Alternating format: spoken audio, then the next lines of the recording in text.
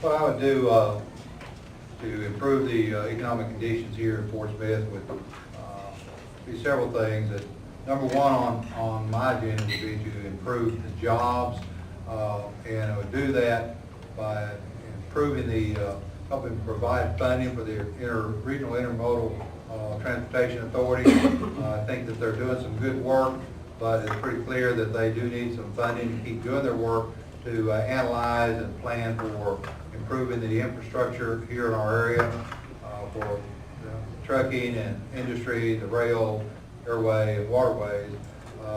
They have joined together, form a working group to try to seek out federal, state, and local funding. I think that's all very important.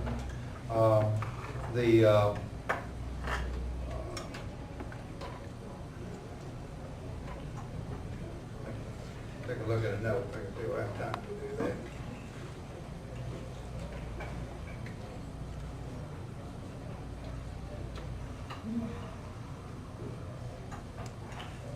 I think one of the other current laws that we have on the books that could be revised, and that is the Superfund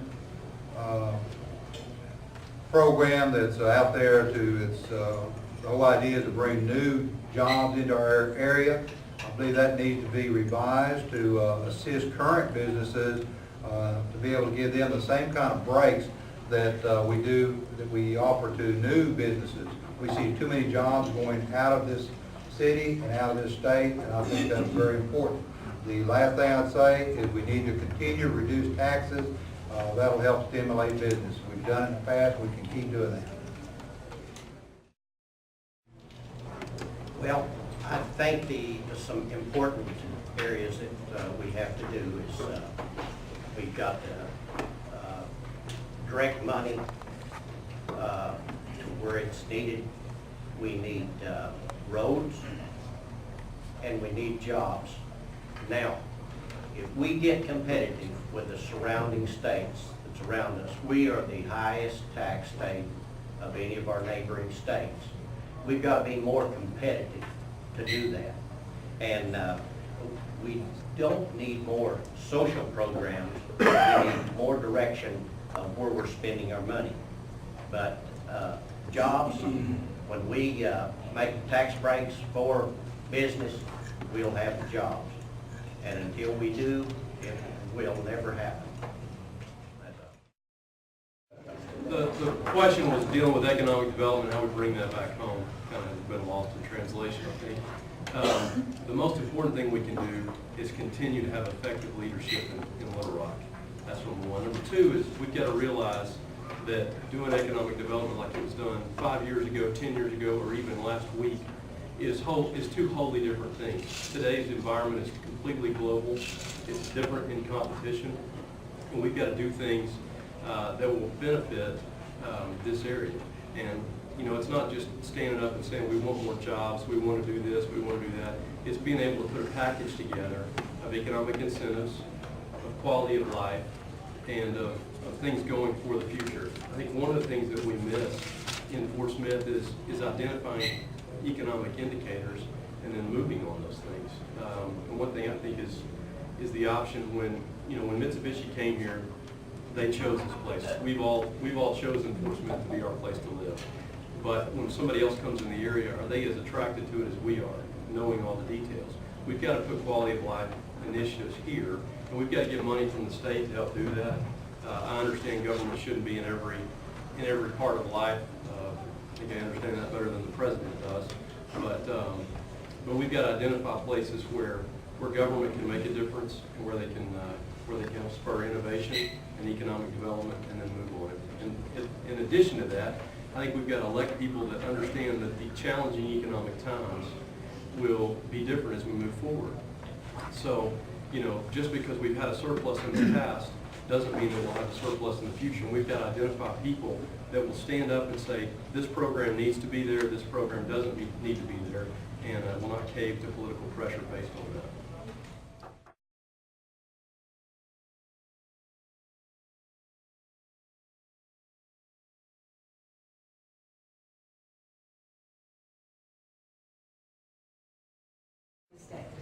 Okay.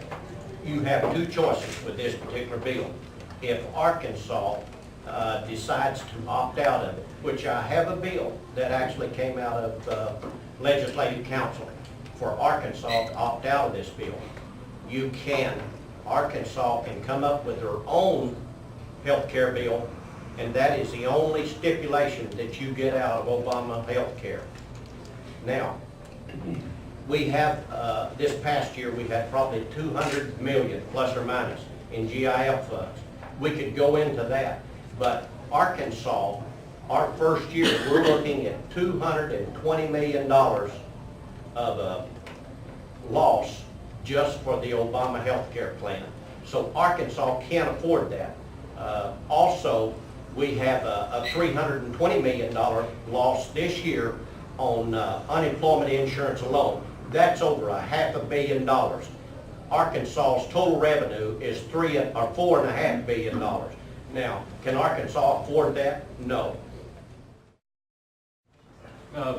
Obvious thing is that we don't know how this is going to affect us or when.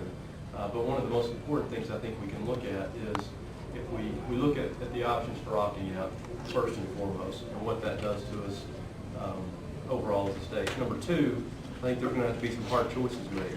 If there is a $400 million unfunded mandate, then we're going to have people in office that do one of two things: raise taxes or divert other monies. I'm not for raising taxes to pay for health care that gets pushed on us from the federal level. So I'm going to be one that stands up and looks into these budgets and tries to find the best avenues where we can take existing monies that are there, and it's going to mean cutting other programs, but we don't really have any choices, in my opinion. I think we are taxed to death. Every graph that you show has Arkansas near the top of the taxes side and near the bottom of the income side. And until we get those two things flipped, I think we're going to be in trouble all along the way. I believe that the whole idea of the President Obama's health care is, you can see that he's trying to help people.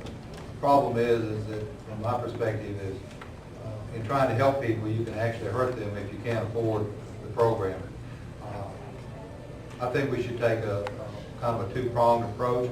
I think, number one, that the governor and attorney general of our state should become active and join in the lawsuit with the other states opposing the law the way it's currently written.